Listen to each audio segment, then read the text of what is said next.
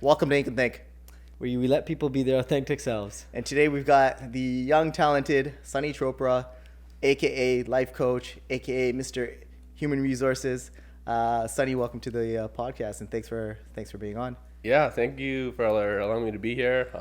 I'm feeling pumped up, nervous, humbled, mixed emotions, but yeah, Awesome. Let's get into this. I'm That's really excited. awesome. That's great. So, Sunny, you, I saw your story online Yeah. a bit, and one of the things that we resonate heavily with is the fact that you got into fitness to build your confidence. Yeah. And JP and I can both heavily resonate with that Mm-hmm. because we believe in that. And that's what one of the things that we want to do is one of our whys is like empowering young men Right, to tap into their masculinity side, because there's a big, a bit of an epidemic happening with that, right? But Yeah. tell us a bit more about your story, like what happened in what was going on in your life, and what led you to where you're at today. Yeah, for sure. In terms of just working out, like I'll narrow in on that, and I think as we kind of go through the conversation, I'll reveal more information. But working out, like I was always that skinny kid in school, like the skinniest, weakest, the most athletic, right? Mix my words there. No worries. So like growing up, I just got picked on a lot, got bullied because of the way I looked, the way I spoke. And then my parents also divorced when I was 5, so it was just really hard for me to develop confidence overall. And then when I graduated high school, like my older brother, he lived with me and he helped mentor me. He started working out, and I saw he gained a lot of weight as well, a lot of muscle. A lot of muscle, yeah. So he was skinny as well, but not too skinny, but he was good at sports. He was into basketball. So when I saw that he started working out, I was like, maybe I should try it too. Yeah. So when I was 18, I bought like this, it's like $100 gym set from Walmart. It had like a bench. Oh yeah, the bench. I know which one. The 25 adjustable pound. dumbbells? The plate is only 25 pounds. Yeah, I that one, think. yeah, the so- big ones, Was yeah. it the The blue York. weights though? No, it was like all black. Dude, Yeah. back in the day, like my dad's time, he had the blue weights Yeah, that and when then- it crushes, Oh, not those. there's like cement in There's it. sand or Yeah. cement It's in it, cement, yeah. so like you can crush it and all the cement comes out and it was just garbage. In That's my how. day and age, it was, so we're only a few years apart, but Yeah. mine was brown. It was a cream color, basically. Cream so color I think weights? they went through phases, like different colors. They did. They definitely Yeah. did. And they, Yeah. I It's think, style, right? Yeah, it is style. It is style. It's basically a fashion sense. Dumbbells. That's true. Dumbbells. Yeah. Dude, I used Dumbbell to- fashion, guys. I used to go to Walmart and I used to catch pumps in Walmart when I was a kid. Like when my mom was shopping, dude, I swear to Yo, God, you I would go to the absurd. weightlifting section and I would catch like a bicep Yeah, pump, right, yeah, it's and I was like, crazy. "Fuck it, why not?" Like, I don't want to go shopping with my mom. I don't want to shop. I'd rather get a pump. Fair enough. Yeah. Mom's like trying to get her steps in. You're trying to do curls in aisle 3, right? I used to the ride truth. bikes too. That's Ride the bikes. truth. I would just play with the basketball in the basketball nets. That's what I Right, would oh, always yeah, do, yeah, right? yeah. I'd always get in trouble for that shit. But one question I did want to ask you is like, okay, you said, so your brother was athletic, Yeah. somewhat athletic, and then he kind of went into working out. You weren't athletic, or you weren't good at sports, I guess. All of it, yeah. So one thing is like, and I've researched it a little bit, is like a lot of times people are born like they've got the muscle, they've got the body structure to be athletic. So Michael Phelps, for Right. instance, he's got a body of a swimmer. That's why he naturally is a great swimmer. Yeah. Right. Yeah. LeBron James, he's got a body of a basketball player. That's why he's naturally a Right. better basketball player than most people. Yeah. With you and your brother, do you guys have a similar body frame? I would say so, yeah. Okay. But it's one of those things too, like, as we talk about it, like everything that I just didn't ever give myself a try, right? Like I didn't try in school, didn't try in terms of a career, didn't try in terms of relationships, because I was always told I wouldn't do great things in life, I wouldn't amount to much. So I never gave myself a try. And honestly, now I play so many sports and I was like, damn, I wish I had Did actually as a tried. kid. How do you feel that came about? Like that belief of like that you weren't That good limiting enough, belief. pretty much. In school, the teacher's telling my mom that you need to hold Sonny back 2 grades. He has like, like a mental disability. And looking back on it now, I didn't even think I had one, because I love learning. I can learn really fast. I can read really good. And just a lot of people, in my life, I know they meant well, especially my family, but I did get babied a lot. Being the youngest sibling, being the youngest cousin, people babied me a lot and didn't let me feel adversity other than, They my were trying to parents protect you. trying to protect me. So I didn't really, and that's the crazy thing. Holy shit, I love that. So you're youngest of 2 or 3? of 3. So sister in the middle? Yeah. Bro, same. Oh, sorry, no. Sister's the oldest. Yeah, Brothers. brother's the middle, okay. They're closer in age, but I'm 7 years younger. Right, wow. 7, 8 years younger than them. And So they're I a was- couple of years apart or something like that? Yeah. So they both babied you. That's intense, man, because But it also goes back to like when did they baby you? you? Because if they babied you after, like, obviously the divorce and I'm everything, gonna assume after the divorce, I'd say to like that could protect be Yeah. a reason how why. you were 5 years old, they were 15, 16. Holy fuck. Yeah, and I think it was just babying early on, which I totally like. You know, it's not like a knock at them. Like it's good it happened, but I think that mindset never shifted for me as I became a teenager. And Do you think they never like let you fail? uh Like in a sense, like because of that protection was coming out, that they wouldn't, like they didn't want to see you get hurt because you're the baby, and like yeah, that's crazy. Yeah. That's so crazy. But then you don't know what it means to get hurt, and then when you get hurt, does it hurt more? These are like Yeah. deep questions. It's like no, I think now like you sometimes have to build that resilience muscle, right? Like if you Have don't go to. through adversity, like I'm not like no one wishes for adversity. No one wishes for bad days, things, yeah. but they build you. They help you become a better person, right? And I've always said like my parents' divorce, in a way, it was a good thing for me because it helped me build my work ethic. It helped me build, me being someone who's willing to open up and talk about emotions, being a Yeah. sensitive person, being a good-hearted person, Yeah. being someone who's worked for everything he has. I don't think I'd be able to be that kind of person had the divorce not happened. So, Right. it's just a journey. It's life. It sucked, and do I wish sometimes like that my parents were together? Yeah, it still flashes through my mind. It's like I compare it to almost like a death, right? Like Yeah. I'll never get over it, but I understand it now, and it helped me become who I am. That's deep, man.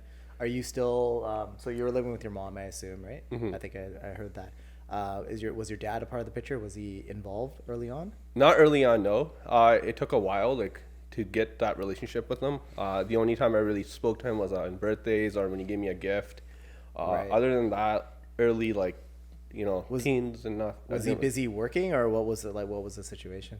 Busy working, and just the situation was just I guess still fresh in terms of the divorce, so it was hard for him to be around, and he found it hard to be in our lives, I think, and it didn't take until later, until like my 20s, and now that I have a really good relationship with him.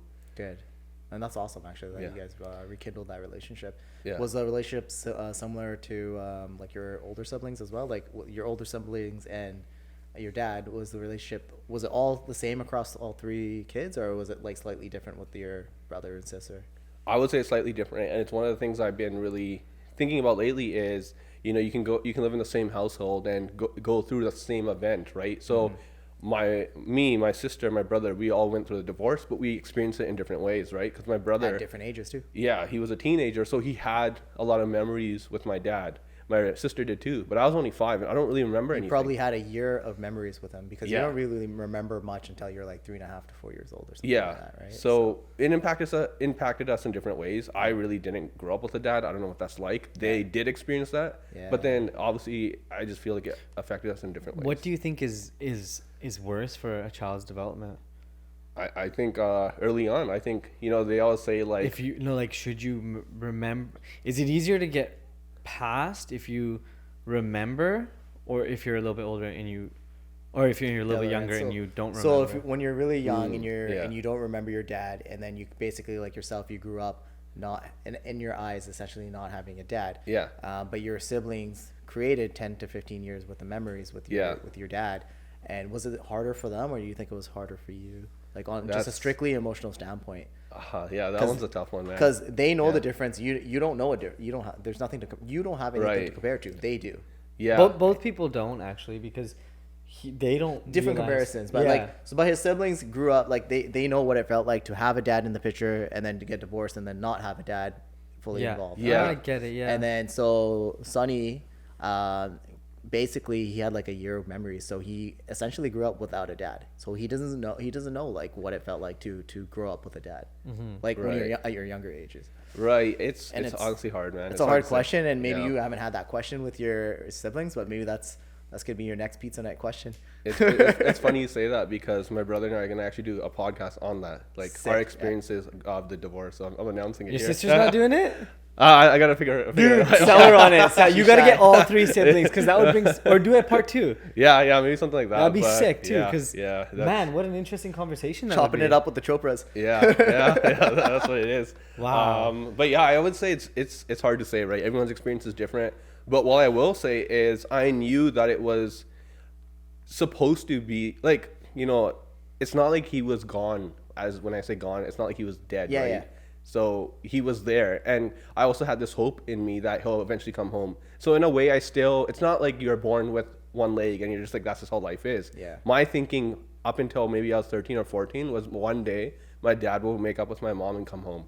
And I carried that belief every day until... You think it's just a fight, right? Yeah, that's what I thought it was. So I didn't think like, oh, I'm only born with one leg. I did think, yeah, they're fighting, they'll come back. Your leg would start working again. The Yeah, second leg would so grow back out or something. I was just kind of waiting for it, but then obviously I hit a point where it just like, I was like, okay, I accept it. It's not going to happen. But yeah, I think I still, even though I didn't experience memories with him, I still thought early on that he was supposed to be in my life.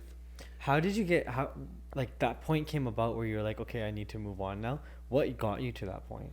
I think when you remarried, I think that just kind of Yeah. But Yeah. That was gonna be my next question. Like, Yeah. did he end up getting remarried? Is there any other siblings in the mix, like step siblings and stuff like that? No, just No, yeah. Yeah. So when you remarried, I kind of knew like, okay, it's done. Yeah. Yeah.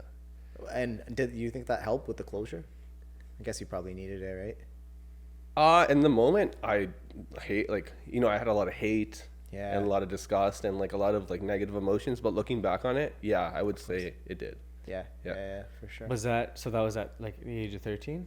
14, yeah. And I think it was because I had this expectation that it would eventually happen. The expectation never got met. And then, it just... How does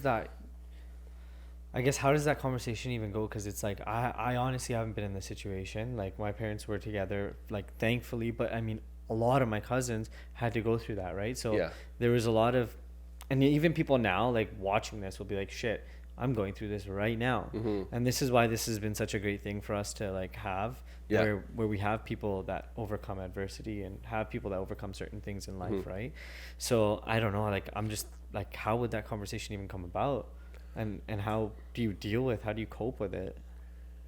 Yeah, I mean, we actually found out, from a different relative, so we didn't find out directly, right? So it was a little bit tough that way, and that's actually the first time I'm reliving that moment now to tell you guys the truth. But I appreciate it's pretty it. shitty, yeah, that we Yeah. found out that way, and it's disrespectful and annoying. Yeah.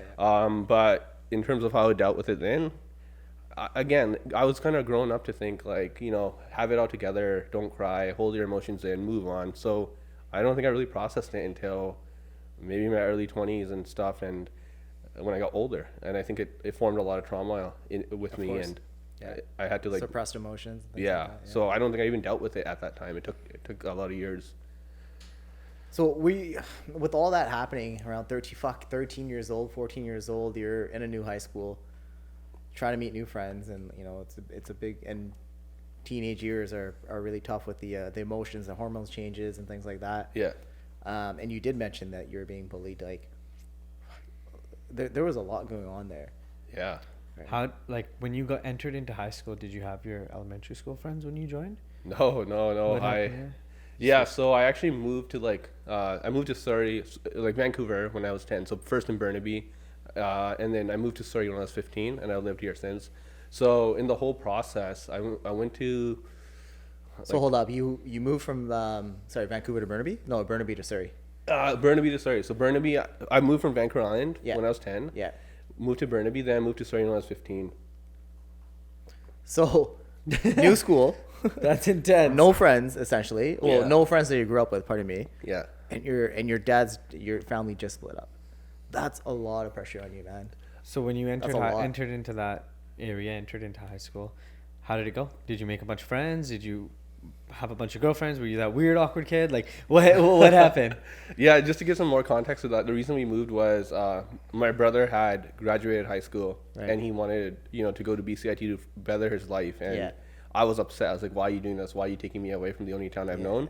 But looking back on it now, had he not done that, I wouldn't have been where I am. But so we moved because my mom That's obviously... another layer. That's Yeah, a whole nother it layer of is. shit. Yeah. There's Well, a that's lot, the thing, man. right? There's When you're a kid at that point, like, all you care about is like your bike, your friends that you have, Yeah. your friends that you ride your bike with, and like, fuck, I know when Especially when everything else happens too. especially right? like that's all Yeah. that was your only escape. You weren't playing sports, Yeah. right? So like you got some type of normal, I'd say, and Constant. then It's a constant, constant, right? right? Yeah. And then you get fucking shattered with that. With like Yeah, your brother's it's like, tough. hey, I want to go to BCIT, And you're probably like, why? Like you're fine. Like Yeah, no, that's what right? it was, yeah. Like you're 13. You're so selfish at that point, right? You don't Yeah. understand these things. I didn't, yeah. Right? And yeah, so the amount of elementary schools I was in, I was probably, so when I moved to like Burnaby, went to two different elementary schools and 5 different high schools. And there was one year I went to 3 different high schools because we were going to move into this place. We gave her a deposit.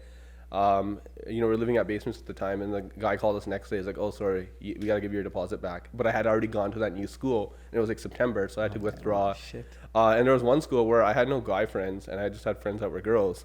And Did they everyone just think thought like you're gay? I was gay, and no offense, like I'm not saying it in a No, it's not in a a bad thing, but, homophobic like, way. Gay best friend, right? Yeah. Yeah. People thought. But that. I just like I had got to the point where I was like, shit, I'm moving so many schools. Like, what's the point of even trying to make friends, right? So I just like start giving up.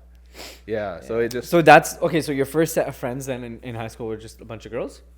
no like in one of the years. Okay. So like in grade 11, I went to in September I went to a new high school. Yeah. That's because we were moving into a new area. Like I said, we gave a deposit. Then we find out like 2 weeks later, with 2 years into the school year, it's not going to work out. Yeah. So then I went to another high school because we moved to a different spot. But I didn't like that high school because, again, I didn't have any friends. I just had friends that were girls.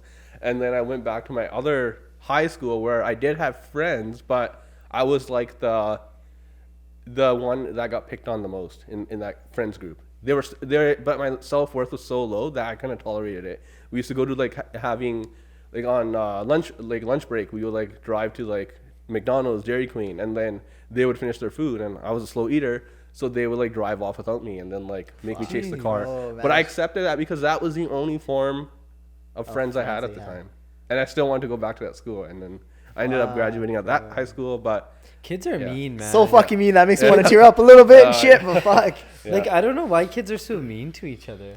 It's just that's what they think they gotta do to be. You know what cool it or is? I things think like they that. pick one person, and all the other people get their validation from picking Yep. on that one friend. Yeah, I can see and that. they don't want to be that person, so that Yeah. one person gets fucked so hard Yeah. by being like pretty much the scapegoat or the person that everybody picks on. They Yeah. run to the- Because run there's to the always crew. like one, right? Yeah, they run to the crew. Yeah. yeah.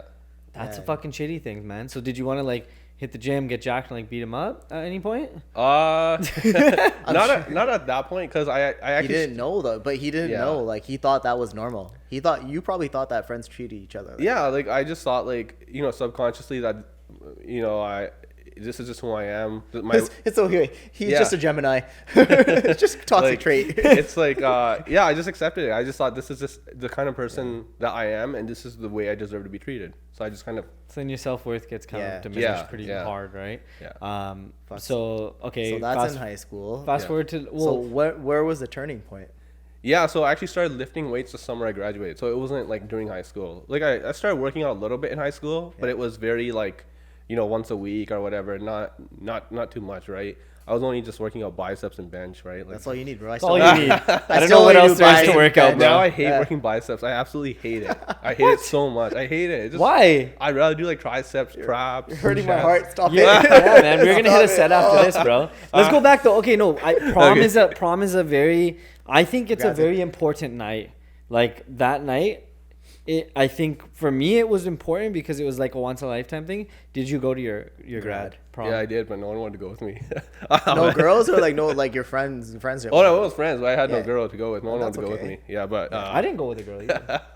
I had a girlfriend and she didn't come with me. No, just joking. Technically, yes, that's a long story. She was out of town and stuff like that. But Oh yeah, just a scheduling conflict. she Right? could schedule conflict. Out She's of just town a for her Gemini. prom. She's just a That's Gemini. fucked That's up, bro. don't That's worry. fucked up. She wasn't your girlfriend, dude. You Yeah, thought she was. She was our girlfriend. Anyways, we'll get back to that later. Okay, but- so you went. Did you have a good night? Did you party? yeah, we were like on the this boys? boat or something. It was fine, but again, I still felt like It's not your friend circle. you just felt like looking the yeah. black sheep, basically. Yeah. So I was always like paranoid, like shit, am I gonna get picked on today? Who's gonna make fun of me today? Like I carried that out throughout like elementary and high school, like that anxiety, that paranoia of like looking around the class, like okay, look at this guy. This guy looks like a bully. This guy doesn't, or should I sit around people? Constantly on defense. Yeah, Were like you a bully? No, I was actually like. I feel like you pick would up, be a bully, no, right? Definitely not. No, I definitely would pick up. I would definitely stand up for the guys like you. Yeah. There was a couple of people in my circle that I know didn't have the confidence, and Yeah. I was the one that would back them up. Dude, that happened to me, and I literally got almost jumped like 4 times because of it. Yeah. Like we were in gym, and this guy, big, massive dude, right? Used to pick on this like one guy, and he was like skinny, and I'm like, what the fuck, like every day. And then one day I just got fucking pissed, and I grabbed the guy. I'm just like, because I was the only person who lifted too, right? Yeah. So, but I never got angry, never got into a fight. Like we talk about this all the Yeah. time. It's like I'm not violent, but if something like that happens, I can't see it. So I grabbed the fucking guy and I threw him to the floor. He started crying, right? Went to the locker room, whatever. Yeah. And then end of the day of school, like 10 of his cousins came, and I'm like, Oh, they my start God. walking me, but I talked my way out of this one. Nice. Hey, that's the way to do it. with I'm like, bro, words. what do you guys want to do? If you guys want to fight, like, let's go right now. I'm fucking here for 15 minutes. I got 15 minutes. That's it. I'm there. I'm busy after that. So let's I'm fucking busy. go right now. You can't beat me up, so, guys. And then the guy's like, I gotta go to hesitating. math. I gotta go to my fucking tutor. No, but the guy's hesitating. So I saw weakness, right? Yeah, so yeah. I was They like, don't let's wanna go fight, they right just wanna fucking intimidate. now. They- Yeah. they So just as wanna soon as you intimidate see you. weakness in somebody, you Yeah. can exploit that and make sure that nobody gets into a violent Oh, yeah. situation, right? Yeah. Did So- you ever have to fight growing up? No, Good. I was just too scared. I was Yeah, too that's scared fair. to That's fair. do it. Yeah. Yeah. Yeah. Yeah. So like, yeah, no, I would never bully a guy like that. I would never. I just don't think that's okay. I mean, that being said, like, obviously I've gone to arguments and things like that, and Yeah. I don't think it would be a bullying situation, but I have put people in their place, right? So I mean, I don't That agree- one realtor, right? that one realtor. That one real condone estate's crazy, bullying. man. Real estate's like a fucking weird place sometimes. So when did that switch kind of go off, and it's like, okay, something needs to change. Like the world, you experienced the world your entire life up until 18 as a very dark, negative spot, Yeah. right? Correct. Fair to say, Correct me yeah. if I'm wrong, right? Yeah. No fair. When was the switch? When did you start to see the light? Okay, so I would say like as I started working out, when I initially started working out, it was more just like I want to look better, right? I want to be able to walk and people look at me and they're scared, right? Yeah, yeah. And I was like, my goal is to be 260 pounds. Obviously, I would never want to be that now. Yeah. But Like bodybuilder talk? yeah, I just wanted my body to do the talking. Like I was like, maybe this Bro, I'm the same way. I that's why I started working out, because Yeah. with me, I was skinny as well. I graduated high school at about Yeah. 135, 140 pounds. Yeah. Super skinny, but I was lean. I played sports and things like that. Yeah. And I could throw down for my size. Like I could scrap for my size, but I didn't want to fight no more. I hate getting hit. How many fights have been in? I don't know, man. Stop it. But like growing up, we scrapped all the time. But Yeah. I didn't want to do that anymore. I wanted to be big enough so like people, same thing. So people wouldn't fuck with me, man. Just leave me Yeah. alone. I would Yeah. let the muscles do the talking, right? Yeah. Yeah. So I don't fight as much anymore. So. Yeah. So I mean, I started working out then, and then again, I still didn't have that confidence. So like when I graduated high school, Yeah. a lot of people were going to university, college, and then everyone's like asking me like, "What are you gonna do? What are you gonna do?" And I was like, "Shit, I don't even have confidence. I don't want to do anything." And then I was working at Best Buy, and then they offered me a full-time job, right? And I'm like, I was 18. I'm like, oh, I can make money, Yeah, right? sweet. So I took it on. 2.5 years later, still at that job, and Yeah. I was like, shit, I want to do something with my life, but I don't have the confidence, right? Then I got backed into a corner. They fired me, and then and then I was at home. Why'd they fire I was you? gonna say, you want to talk about Because I that? had like a shitty attitude. I just like didn't want to be. It was like Right. I didn't want to be there, and they could see it, but I didn't have enough confidence to actually do something else, right? So I got fired, and then I just went back into a pattern. Like, oh, it's okay, I'll find another full-time job, and I didn't for a year, and I had nothing going on. Really, the only thing at the time was working out. I just started working And you out. were 20 at the time. Yeah, approximately. 20, and then I just said like I'm basically at rock bottom. Like, why don't I just try university or something and talk to some counselors and see what's of interest, and I'll try it. Maybe I'll do like a 1-year program or something. I decided on human resources. I was 21, so like 3 years after I graduated, I'm like, I'll try it out. Yeah. And then But what steered you towards HR? the counselor told me like it involves like having an outgoing personality, dealing with people, and I'm like, that's what I want to do. I want to develop a skill where I can help That's people. what you He want to chose do. the hardest He chose thing. the most opposite thing Yeah. from his current status at that moment. that's right? true, So that's that's true. crazy. You chose the hardest Good route. for you, bro. Yeah, Good yeah, for you. that's true. I don't know. It just there's something in me that's like, I think I want to do this, and then Something in you or something beside you? something in me. There's a common Okay, denominator here. both. Yeah, both. Because you met your now wife Yeah. around the same time. Yeah. No, she definitely helped me out during that time, and usually we would hang out like at 3 p.m. because I would wake up at 2 p.m. Like I'd just be up all night playing Yeah. PS3 at the time, and luckily I wasn't into drugs or alcohol or anything, so I just stayed home, like watch video movies, watch TV, play PS3, worked out. So yeah, I would like sleep at like 4 or 5 a.m. When you were 20? Yeah. Jesus. So kids How don't do you do have that. the time for that? Because he I had wasn't nothing doing else going on. anything. He wasn't doing anything, right? No, I So had no guys job. don't do that. Yeah. I don't think that's healthy. Right? wasn't, I don't. no. I would say you would agree that that's not healthy. No, Yeah. it wasn't good.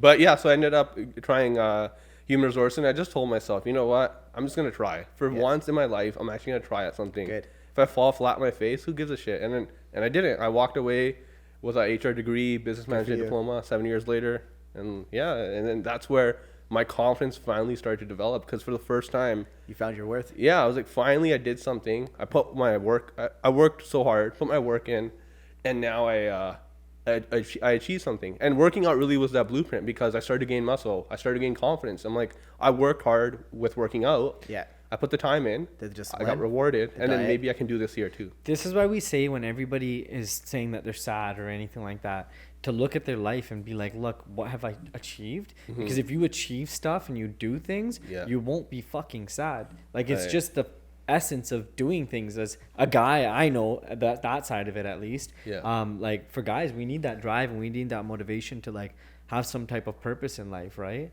And you need to be winning, like, when you're doing that, right? Like, you need to be setting goals and reaching them, because when you get that validation you'll get that validation by reaching those goals, and you'll develop your self-worth at that point, right? All right, so you got this is degree, right? Yeah. So you got this degree, and then what were you like, okay, how am I going to use this degree? Yeah, so what happened was, the last 2 years of that program, a lot of people were complaining, like, oh shit, I can't get a job. I was going to say, so you're probably around 25-ish at that time. Yeah. Right? And I know HR was, there was an abundance of HR applicants, basically, and not enough HR jobs, even though HR is a great paying job too. So that's kind of one of the struggles I'm sure that you faced at that time. So I actually formed a plan. So what I did was, I ended up working full-time as an HR assistant at just various companies, like picking up contracts. Just to get your foot in the door. And while taking full-time classes. So it was such a burnout, and at that time I'm like, I'm burnt out, this is cool, I'm working hard, right? But it did build my work ethic, right? No doubt it did. So then when I graduated, I already had 2 years under my belt of experience. Awesome. And then after, I was like, I'm done now. I don't want to just do 9 to 5. What else can I do to like expand myself? I want to keep growing. So then my friend gave me a book. He's like, read this book. And I'm like, okay. It's called Think and Grow Rich. And then I didn't read it. Right? Just a staple. And then I didn't. It was just sitting at my house for like a year, and I finally read it. And it just opened my mind. I'm like, holy shit. That knowledge was sitting there for a year. I know. That's fucked up. Sometimes it's right in front of you, and you just got to open it up, right? And unlock it. So you read it and you're like, shit, I gotta do something different. It made me really reflective when I read that book, and I just really looked back on my whole life and what I had achieved. And I was like, I wasn't supposed to be in the position I was. Like, I was not supposed to get a degree and do all these great things, despite like that's what you were told. So let's rephrase that. That's true. That's true. Yeah. Because you're still saying it. I was not supposed to, but let's correct it. I was told I was not supposed to. Right. Yeah. Right. So like, obviously words mean a lot, right? It holds some weight behind it, right? So we always got to be cautious of what we say, because it's constantly programming yourself, right? That's a good point. Thanks for pointing that out. No worries, man. Because we want to fucking make you even more successful than you already are, right? Yeah. So then you started thinking of like alternative things, and now you're doing. Yeah. So I read that book. It opened up my mind, and then I just started liking reading, and since then I've read like 160 books since then. Holy shit. Yeah, I love reading, man. I love feeling like, you physically read the books, or you listen to them? I like the physical things. Yeah. Like physical books. Wow, you've read a lot of words. Sometimes like I want to like, if I like 2 books at the same time, I'll get one audiobook and one like regular book of it. Right. But yeah, so that made me really reflective, and I'm like, I want to help other people too, because I'm sure there's other Sunnies out there, right? Yeah. So then that's when I started a blog called sunnysuccess.com, where I just talked about my experiences. Awesome. And then it turned into motivational speaking. So I joined Toastmasters, developed my presentation skills, and then became a motivational speaker. And then I shifted. How were you the first time you had to present in front of a class, or like, we never talked about that in high school, but like, how were you back then versus how you are now? Oh man, I'm sure night and day, but tell us the story. Oh, the worst, man, the worst. Yeah. I think what happened was, when I did my reception speech, it was like 22 minutes long. Everyone loved it, but 22-minute long speech? That's long. Bro, that's long. I would like start eating. I would play the fucking Oscars music, man. Yeah. I play Jeopardy music. Should we hear the speech? Yeah, we could do that. Yeah, So that was your that was like what your okay. Well, that wasn't your first time speaking in front of the public, was it? not the first. I wouldn't say the first time. Like obviously, I did it in university and high school, but Yeah. that was more like robotic, like reading from notes.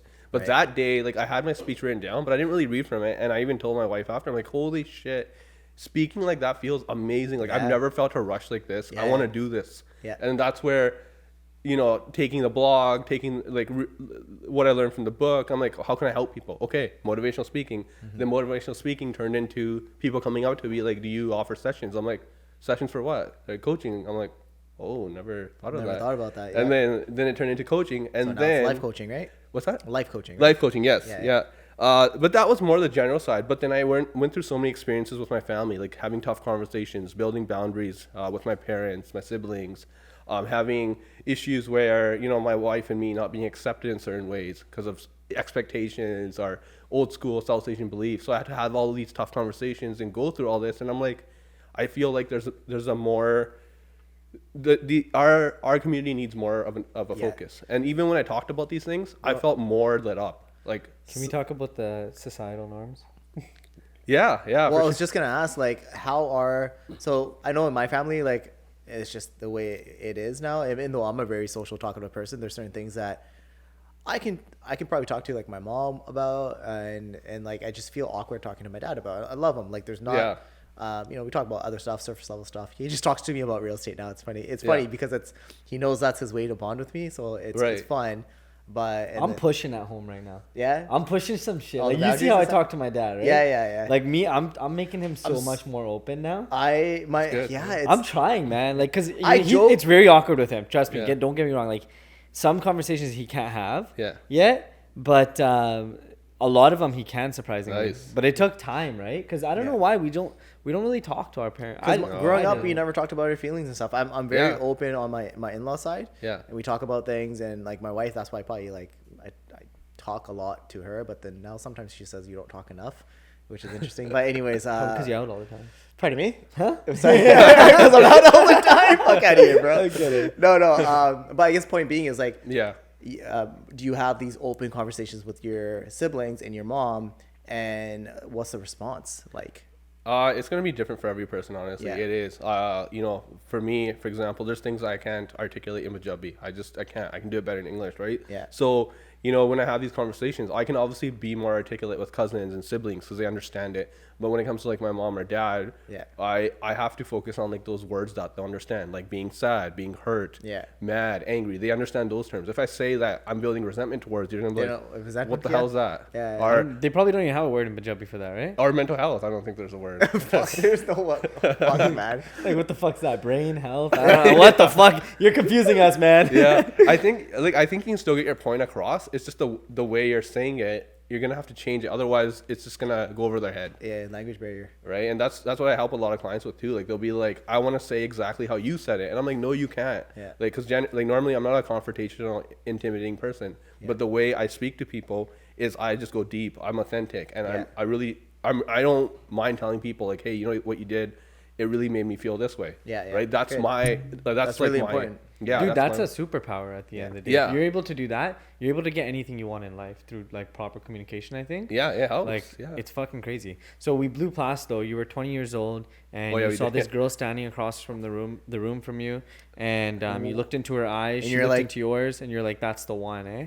Well, no, not really. I mean, it took a while. Like we were friends first. Okay, that wasn't as. We set him up for the climatic. alley. I almost got it, but then it was just like, yeah, I friend zoned her first, and then. Okay, so sorry, what happened? I'm starting to make stories up myself. Like, No, at first, you know, first he didn't really want a relationship. He just wanted to be friends. How'd you So meet? I had to work for it, and you know, it took a while. how'd you meet, go though? Through a mutual, through her cousin, and there was Yeah. her friend there, and she was there as well. So kind of met that way, and then when I met her, it took a year to become friends, because not intentionally, just because like, oh, I met you, like didn't really think much of it, and then I Yeah. saw her on Facebook, like, oh, hey, I remember seeing so you added. that day, Yeah. and then I obviously tried to pursue a relationship. She didn't want a relationship, and then I was like, I just What was gotta- her objection? she just wasn't ready at the time. Was that when you were like 19, 20-ish? Okay, you said that you met her at 20, so then you started dating at like 21, 22 type of Yeah, thing? yeah. Okay, is that correct? Okay, I'm just trying to get the timeline. Okay, so Yeah. all right, it took you about a year to close, but you closed. Yeah. Closing. Bro, okay, so the one thing about this guy, it takes some time, but he always finishes. He always closes. I'd rather have that than never finish. Than never finish. And fail right exactly. away. And fail right away. Yeah, no, I love it. I didn't want to stop. I'm just like, You're I very think it will work resilient and out. persistent, man. Yeah. Good How for do you keep the confidence to keep going after somebody that doesn't want to go anywhere with you? Who doesn't want to go anywhere with you? I mean, obviously, there's a difference between giving up and holding on too long. I just felt that time that there's something here. There's something special, and I just, gave her space and made sure, like, hey, just to show her I'm interested and just to try to show all good sides of me, right? Like all the sides of me. And Did you try pickup lines? That usually works. I think I did a little bit, yeah. Yeah, it didn't work though. But No, they don't work. I don't think they work. yeah, it's just like something you see on a TV show. But yeah, no, I just sometimes you gotta decide too, right? Like, is this person worth pursuing? Like maybe they don't want to be with me or things like that. But no, I just felt like there was something there with us, a connection, and she also grew up on Vancouver Island, so I just felt like there was something there. So there's something to bond over for sure too, right? Yeah. Now, I think if I get the timeline correct, like around 24ish is when you started to develop your confidence. You were getting fit around 20ish. Yeah. But it was until after you got your degree, you figured out your self-worth. That was about 23, 24ish. So was that the time that you're starting to build up your confidence? I would say like the last year of university, so when I was like 26, 27. That's when you really built up your confidence. Yeah, but I would say the last few years is more like that emotional internal work I've done. Yeah. I would say like university time on the exterior, I was really confident and like I would say like emotional stability and things like that. You must have had some confidence. You landed your wife. You landed your dream girl. I would say so. Yeah, but there was something there, but I guess it wasn't to the full effect. It wasn't to the full effect. Yeah, looking back, like I was still very. Yeah, I feel like now, like I'm really reflective. Like everything I do, like I'll reflect on it. Like, oh, what could I do to learn from this? What can I, things like that. But back then, it was just kind of like tough it up. Like if shit happens, just move on, tough it up, right? So it was just like I was resilient, but I was resilient to a fault. But now it's just like if something happens, I'm like, okay, I gotta evaluate like what happened here. Like what can I do? Do I need to process the situation? Because sometimes like we might think we've moved on from something, but we haven't. And you haven't let go yet. Yeah, so. So you guys have been together for a while now. What is the key to happiness? I would say number one is communication and being able to grow and develop with each other. I think that's one of the things when I started doing this motivational speaking and coaching stuff and development, self-development, she wanted to do the same with me. Right. So it really helped that way because obviously I've changed as a person since we first met and we've been able to grow and evolve together. Was the social media thing weird when you guys started doing that or when you started? Did she do it as well? No. Okay. Was the social media or is the social media thing weird for you guys in a relationship setting? Because I feel like social media is such a fucked up space for a lot of people because girls are posting their ass, dudes are posting their abs, fucking tits. Like it's a disgusting place. Yeah. It can be. Yeah. But obviously you're trying to bring some positive to it and you're trying to change the game up a little bit in that sense. And with that, like, I feel like there's a lot of insecurity that can breed through building a social network. Did you ever feel that? Did you ever think that like it would be a different kind of conversation when it comes to like posting things, doing certain things on social media, anything like that? No. She's fully supportive in what I post and I don't think there's anything like that. On like the other side, do I have people messaging me and saying, things like, oh, why are you posting? Why are you talking about this stuff? Yeah, I get that from time to time. But family members or friends or no, surprisingly, knock on wood, not any family members. So just like random people. Random? So right. Trolls. Trolls, yeah. That was going to be my Trolls next don't question. count. Yeah. Trolls are like fake people. No, but that was going to be my next question. With someone that has such a trauma growing up with bullying and things like that, how do you deal with the trolls? Because you feel like social media has TikTok right now has the most amount of trolls. Yeah. Right? Because our exposure, but it comes with the exposure. Exposure is so broad, right? One thing I do that I'm really aware of now is if I'm in a negative state of mind, something's happening that day, and I'm not like feeling good, and I see a response, it will probably like make me feel like that young kid again. Mm-hmm. I'll go back in that kid mode and be like, oh shit, like this really hurts, right? Yeah. But then I really am a fadoo. No, sorry, I'm just saying that because that we'll get so many random shit People on our calling us comments. fudus. Yeah, Like there's we hear shit. fudu like on One weekly guy was basis. like, "You guys are top tier fudus." I'm like, "Well, are you a bottom tier then, or what?" Like, fuck. Yeah, how are we ranking random this stuff. shit? Yeah, yeah. Right? It's like yeah. just It's dumb just like shit, and though. it's user 37458, right? It's like Yeah. so it's just This is random random shit, troll. You go to their profile, it's like 2 followers, 8 likes, like not even 8 likes, like 2 following and like 2 people that they follow. It's just there's so many. I think there's a trolls. lot of hate out there that now it has a place to breed. I think Before that's the exactly hate what was it is. there Yeah, as what It's is well. hidden because now Yeah. they can hide behind the screen, computer screen, and Yeah. and spread their hate. Like you gotta wonder like why is the world such a there's so much hate in the world. There's so much It's there's pain. They're in far pain. more goodness in the world, but there's a lot. You of hate hate. it right there, though. They're in pain. They've been through Yeah. something that they Yeah. haven't healed through, and they're unhappy with themselves internally. That they're projecting it onto other people. 100%. Yeah, and I just think like even with my content, like I always say like this is general advice, like it's not Yeah. therapy, right? So if I say, if go do this, go talk to this person, they might be like, oh, you don't know my mom, you don't know my dad, and I'll be like, of course I don't know them. That's Yeah. why if you want to like explore this, message me and let's Message talk. me, we'll talk But about I'm it. giving you a general, guideline, right? People take the anomaly and then they project it onto you and be like, no, your generalization isn't true because of my one situation Yeah. based on per Yeah. capita, right? But there's only like like if you think about it, there's only a handful of problems that you could have. Everything boils down to a couple of problems, right? It's true. Yeah. It's like abandonment, right? Oh. There's what? like money. Okay, that you can go that route, but you can even go Well, deeper. which would go with deeper to like traumas. self worth and stuff like that. Yeah, right? things like that. And if like you have a high self-worth, I feel like a lot of your problems will be fixed. But a high self-worth can be diminished by like child abuse. It could be diminished by like sexual abuse, things like that. So it's about like getting back to the way that you were as a kid, where you had Yeah. no limits on yourself, right?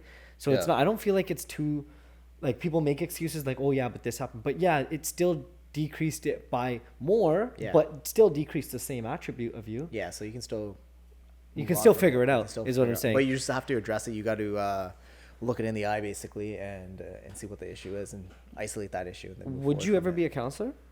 Yeah, I would. And before we get there, I just want to bring up one thing I want to share with everyone. for sure. Just an example of that. Yeah. I struggle to reach out to people. It's like you guys or anyone to like collaborate. Yeah. I didn't want to do it. And as an adult, it made no sense to me. I'm like, I don't understand. I love building connections with people, but I find it really hard to reach out. So It's the fear of rejection. yeah, crazy. So when I did some therapy, counselor, I told them, and they're just like, why don't you like reaching out to people? And I'm like, I don't know. And they're like, then we kind of dove in. It's just like when you were a child, you had like, I had a lot of people around me who I thought were my friends, and like 2 days later, they didn't want to hang out with me or talk to me. And yeah, just a lot of rejection, like my dad not being home, abandonment. Yeah. So that kid in me was still there. So I always had this fear. And it only until like maybe 2 years ago, I couldn't reach out to people. Like I got anxiety, like, oh shit, I don't want to reach out to this person. What if they say no to me? Now, if they say no, I don't take it personally because now I've kind of healed that childhood part. But yeah. Bro, that's a massive childhood wound to And you heal. wouldn't think of it that way, right? Like you would just think like, oh, I'm just being weird. Like that's Most people would. Yeah. But when yeah. you start going down this route and Yeah. this route of figuring out all your problems and becoming the most optimized human being, like Yeah. I feel like you start to look at all these things because at the end of the day, Yeah. you're looking at these things it might look like a step back because Mm-hmm. you have to go through it and you have to experience it and you have to maybe reopen those wounds. Yeah. But it's one step back to take 2-3 steps forward, right? Right, yeah. So it's crazy, man. How'd you get into like going to counseling and stuff? When did it start again? I think it first started like when was it? I think someone just recommended to me at school because I remember like in university we had like counselors there, and then someone just said like, oh, try it. Someone in my class said just try it out, like it's good for like your mental health. And Yeah. I had no expectations, right? I'm like, my mental health is fine, I'm good, everything's good. And Everything's then I went fine. Everything's fine. Let me just suppress these emotions. yeah, basically. And then I tried it, and then they really brought up my childhood, and I felt like so triggered after it. I'm like, what's going on here? And then what ended up happening was this was probably when I was like the final years of university. Anytime I'd go for drinks or something, I would start crying a lot.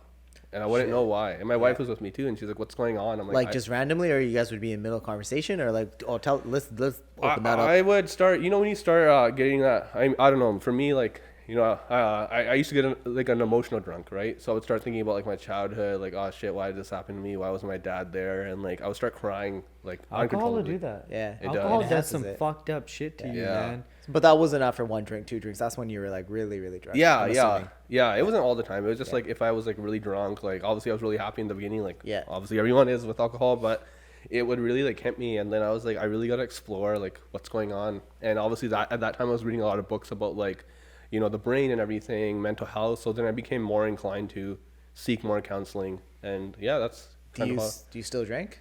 I'm taking a break right now. Are you? Okay. Yeah, but I've cut it down. But that back then I like had no limit. Okay. So like, okay, was there any part of your life where you're just drinking a lot, excessively, or anything like that? Was that part of it?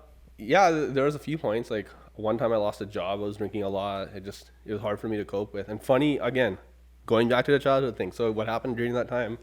Lost a job. It was like about a few years ago, before COVID, and then I actually like said to myself, you know what? Screw it. Like that job sucked anyways. And I was looking for other jobs at the time too. Yeah. But I lost a job, and then it's so weird. My dad like messaged me like, "Hey, Sonny, how you doing?" And I saw the message, and I like threw my phone. I'm like, I don't want to talk to this guy right now. Yeah. And it had nothing to do with him. And then I talked to a counselor. They're like, you never got stability in the household when you were a kid, so now that's coming out to you now because you have to pay bills and you don't have a job, and that's why you're suffering right now. And I'm like, holy, like I didn't even think of that, and I was getting mad at my dad for no reason because in the current time he didn't do anything, right? But I was just like, he was a reminder of what had happened. Yeah. So that time I was drinking a lot, and it was kind of hard to like come through it, like feeling sorry for myself, and that's when I just like obviously like did more counseling sessions. I reached out to like, my close family, my friends, and just told them how I was feeling, and obviously like my wife too. And then that kind of got out of that. But what advice would you give to anyone that's going through that right now? Like, what would be step Drinking one? to cope.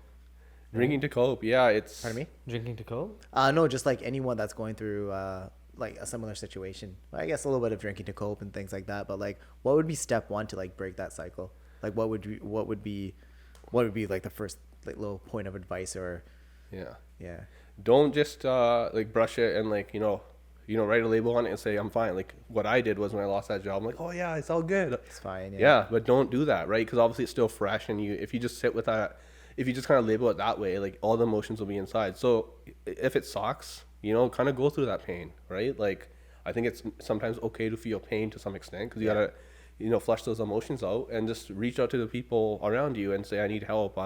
I'm really suffering. I think that really helps. I wish I had done that in the beginning, but I thought I was fine. Again, it was just like I went out for drinks. Yeah. I was like, oh, I have this free time. I can go for drinks. I can go to happy hour and hang out with friends. Yeah. And then I'm at happy hour. I'm like drinking like 6, 7, and I didn't realize until like, oh shit, I'm coping with it. I think when people go through things as well, they don't realize that if they do suppress it, they're gonna have to deal with it one day, and then when you do deal with it one day, like it's time. way worse. Yeah. It's way worse because it's bottled and it's grown. It's like a fucking plant, man. It grows and like it gets way worse. And sometimes you can't fucking take them out, man. You gotta take some crazy shit, and you have to go down a different route that we'll talk about as well. Have you on that segue, like to see some of those deep demons and traumas that you had in your past?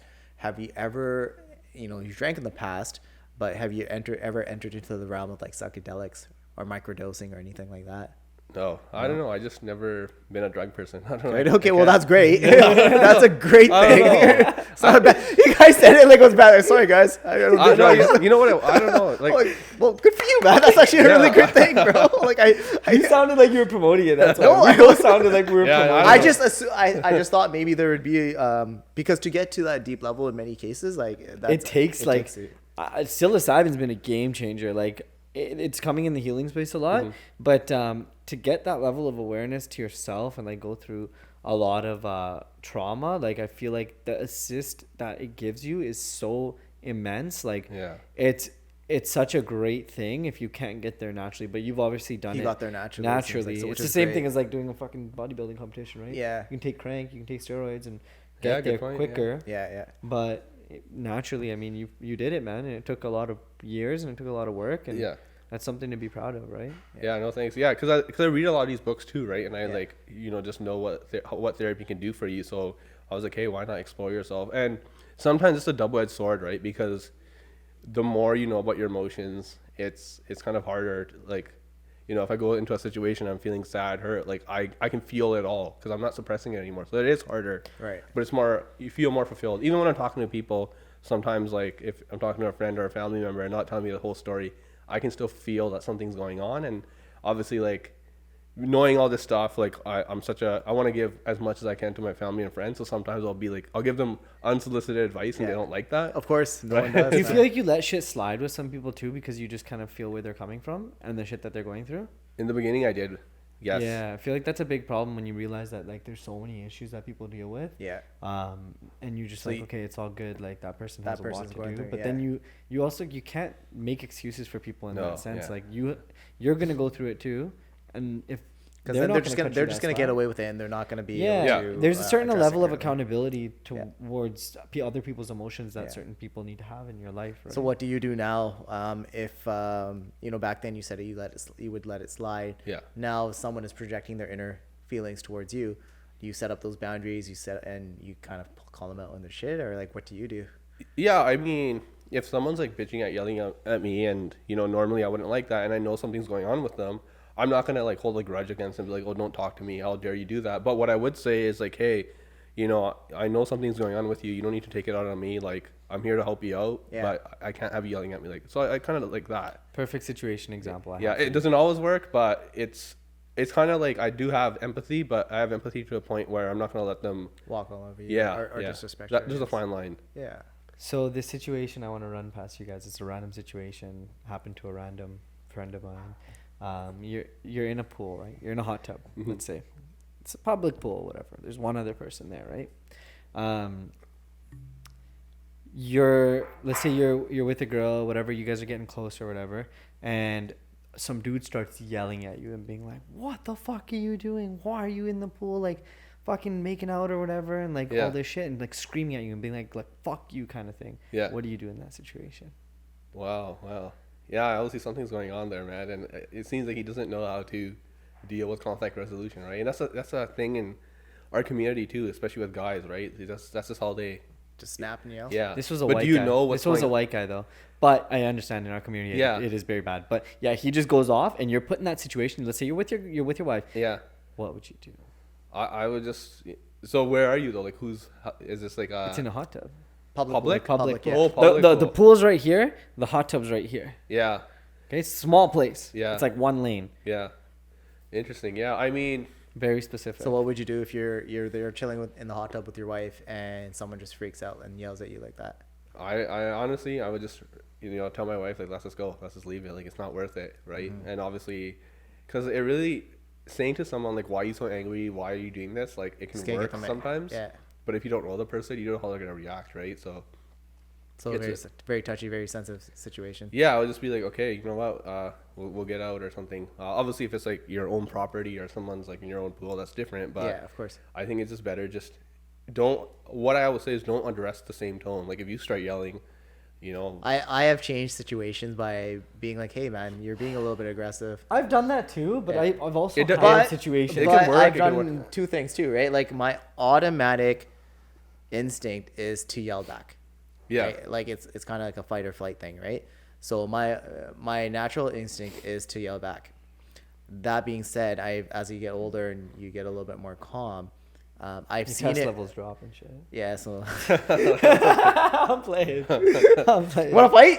Yeah, let's do it. Let's go. Boxing match, March 2023. Set up a So- charity boxing. Come up to my weight class. I'll come down. Let's do it. No, Meet in the I'm middle. fine, You maybe. Shut up. Anyways, I'll give you my diet. naturally, I would, like, Yeah, I would naturally, I would address wanna it. do that Naturally, too. I would Yeah. address it, right? Yeah, but you just- as you get older and you're calm and you have less testosterone, I've changed people's tone as if I show a calm demeanor and a calm voice tone, Yeah. and slow things down, they usually slow down as well. Yeah. It's a business thing too, man. Like Yeah. sometimes we've been in deals, like we share an office, right? So Yeah. like we hear each other's conversations all the time, and we've done it so many times where like somebody starts raising their voice, and if you talk to them very calmly, they look like an idiot raising Yeah. their voice. Yeah. Like they're like, okay, like bro, why my ears hurting? Like why the fuck are you screaming? Yeah. I'm like Yeah. talking very calm. So Yeah. it's a very good business strategy to have too. Especially when it you have is. leverage, or if you got the upper hand and someone's yelling at you, then it's like you can tell them. I use it, and I use it with my wife too, where she's yelling at me, and I'm like, listen, if you yell, I'm just gonna walk away from this conversation. Yeah, exactly. You can. How many Like- times do you have and to walk away from? The I used to conversation? think, A couple weeks ago, it was like Yeah. 3 times. Oh my god! Oh my. God. you know, walking away, I used to think is like a weak thing, but it's very powerful. Like It's honestly, very, like very if I, like I said, Yeah. like if you have leverage, and it's like if they want it, they want information out of you. If they want, Yeah. you have full control of the Would you or if you're at laugh someone's and walk house and away? they're yelling at you. No, Right? I don't think I was, because I was frustrated too, right? But and it's just because I don't want to like retaliate with the same level of Because how much anger, I further guess. will it get? It's right? not worth it. Yeah, Yeah, it's not. yeah. It's Because honestly she's not screaming worth and it. I'm screaming, it's just the baby's gonna wake up. So so it's just not good. Blame it on Sylvie. Keep the peace for Keep Sylvie. the peace for Sylvie. Yeah. No. But in all honesty, like it is a business tactic. It's Yeah. you can control conversations. You can calm people down because people just want to be heard. Yeah. At the end of the day, right? So, if someone's screaming at you, and I'm not perfect at this, and I've fucked up many times in my life, right? Where I've yelled Human, back. right? It's normal. Human, Yeah, right? it happens. Yeah. But the best thing to do is talk to them in a calm voice and be like, hey, like, are you okay? I think one question was like, is everything okay? And that like really diffuses the situation. Honestly, I've asked that question and somebody starts crying.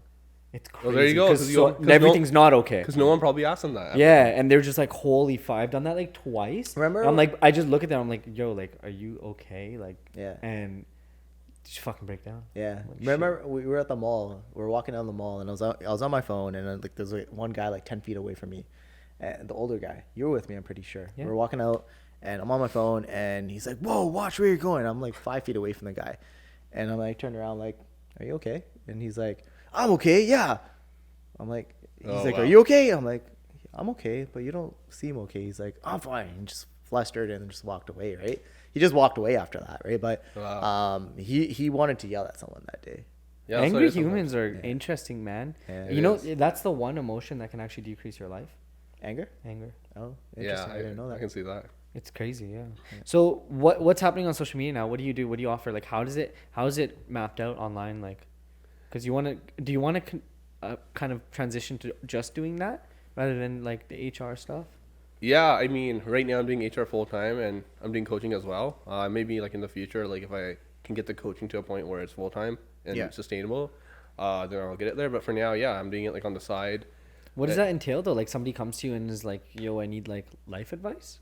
Because for some people on the outside who Yeah. even might need it, Yeah. they don't know what it is and they don't know how it's defined and like what services are provided through that. Yeah, for sure. So I focus on like a few areas. So I initially started with just helping men. So like I'll talk about what I help men with. So one of the things we focus on is like that changing their mindset around opening up, right? Because obviously like opening up, oh, it's weak. Or, Yeah, being you- vulnerable. Yeah, so changing them, I work with them on changing their mindset around that, and that can take several weeks, obviously, right? So we always focus on like the conditioning that they had in their household, like, okay, why do you think it's weak to open up, and then kind of changing that up, and then we kind of like evaluate all aspects of their life, like their personal life, their relationship if they have one, their home life, like all aspects of like, okay, how are you showing up emotionally? Yeah. Are you showing up at all? What are you hiding?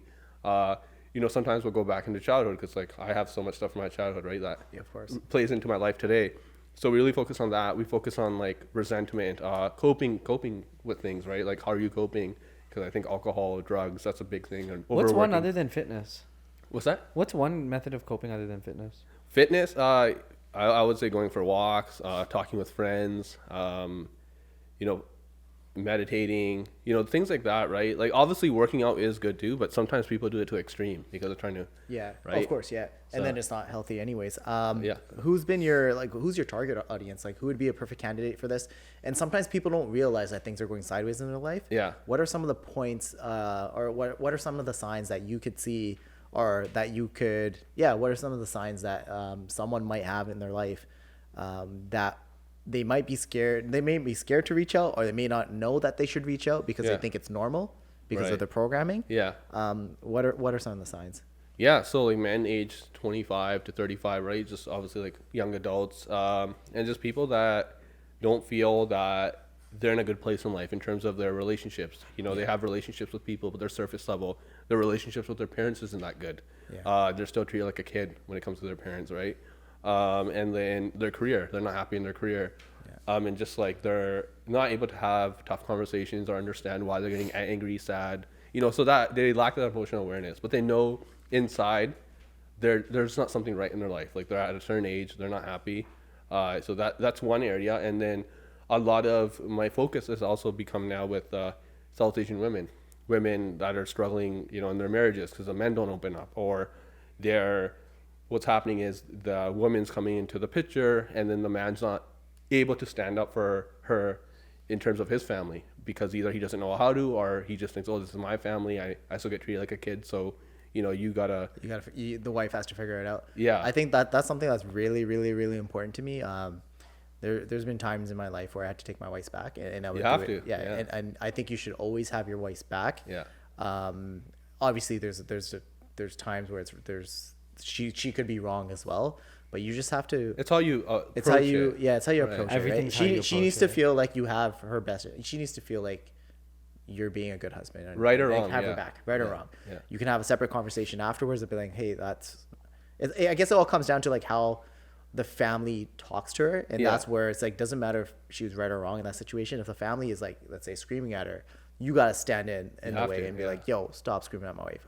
But you have to have these conversations too. Like people won't even have the conversations about the conversation of being like, hey, what do you prefer? Right? It's not. It's so surface level sometimes where they don't have the conversations about how to deal with certain situations that life. Because their parents didn't do it. Like one example I'll use, easy example, like a lot of like clients I deal with, like they live at home and their mom, dad, their siblings just run into their bedroom. Right now, their wife is living with them. Obviously, not everyone lives with their parents, but just an example. Now it's still happening. Maybe it was normal to the guy because it's his brothers, but now the wife's in. Now he's gonna be like, "What's wrong with you? Like that's not weird. It is weird." So you gotta kind of helping guys also understand, like, hey, you gotta really be receptive to feedback about your own family, right? That's one of the things that was hard for me. Like if me and my wife talked about my family, I couldn't handle it.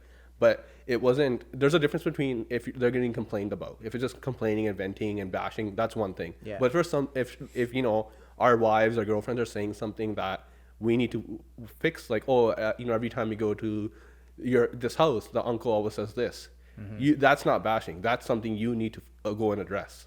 Right. So things like that, and sometimes it's hard for guys to be like, no, don't say anything bad about my uncle. But we're all humans. We're all gonna make mistakes, and that's a tough conversation. Sometimes the uncle's wrong, man. The uncle's fucked up, dude. You gotta evaluate that and make moral decisions, right? You have to have an open mind. When, again, that's where as a guy you have to have that boundary too with your wife and say, listen, I will hear you out, but you need to, you need to we need to work on things we can actually work on that have solutions. If we're just bashing and venting, we're just going to end up fighting, right? And that's what a lot of my clients struggle with. Sometimes I have couples that come to me and they're struggling with this stuff, so I kind of have to talk to both of them and say like, hey, your family's not perfect, my family's not perfect, we're going to make mistakes. We make mistakes because we're hurt, or you know, we're not in the right frame of mind, or we might do things that because we have old school conditioning, right? So there's so many factors, right? And that's on commitment, right? So it's a lot of work, but you want to obviously have a good relationship with. So one thing I struggle with actually is I can, like on my business stuff, my friendship and all those things, and most friendships in my business life, it's very easy for me to like do the right things and say the right things because I'm coming at it at a logical level. When it's my wife, fucking ego's in the way, emotions are in the way. It is so much harder. It is. And she even says it to me. She's like, you don't talk to your clients like that. Why are you talking to me like that? Right? And it's just so much harder to do it because there's an emotional attachment. How do you balance that out? What are your tricks that you use? It is hard, man. I'm not gonna lie. Like I feel like the people that are closer to us, it's easier for us to go to them and yell at them and say these kind of things, right? Whereas the people that we don't know too much, or we have like these relationships where we have good relationships, but it's not like we're not gonna say things. We're gonna talk more professionally, more nicely. Not to say we don't talk nice to the close people, but I feel like we have like that sense of security. We know that they'll be there for us. But I think it's just like pointing it out, right? Like having that dialogue and that receptiveness to tell your partner, like, hey, like if you feel I'm doing something or I'm having a bad day, I'm taking on you, like let me know. And that's what, you know, me and my wife do. Like that happens to me sometimes. That's Where awesome. Yeah. I'm having a bad day and I'm just like, yeah, this is crazy. Or I'm like, and she'll be like, why are you yelling? Don't take it on me. I'm like, thank you for pointing that out. Awesome. I didn't mean to. Sorry. It's good communication. So it Right? happens, right? And it is unfortunate. The people closest to us, it's easy for us to like yell at them and say these things because we just know that they're there for us, right? It's just like with siblings, we can say whatever to them, right? Yeah. They're gonna be there. Because they're still gonna be there, right? But I think it's having that awareness and that acceptance, right? Like not having your guard up and being like making excuses like, oh, I wasn't yelling at you. I was just, like you gotta have that ownership as well. Of course. Accountability. Yeah. Bro, we hit the hour. We could probably go run this for like 2-3 hours if we wanted to. Yeah.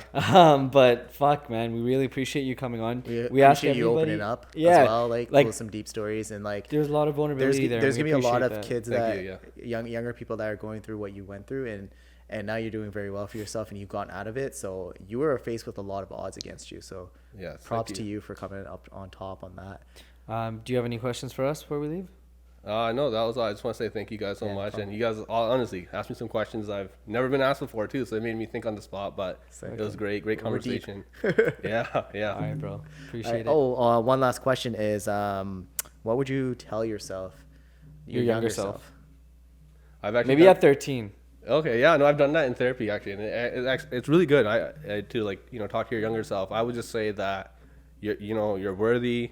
You have a lot of people around you that love you, and if you put your mind to it, you can succeed because you have it in you. You're intelligent, excellent, good-hearted human being, and the people in your life are blessed to have you. Awesome. Well, that's deep, bro. That's bro. Amazing. I do have one last question. How's your relationship with your siblings now? Like, do they still baby you? No. Good. Establish your boundary. You're a man now. You said you're a fucking man now, so be the man. Awesome, Sonny. All right, thanks so much for coming on. Thank you. All right. I gotta pee so bad. Holy. Damn, that went by. Holy shit.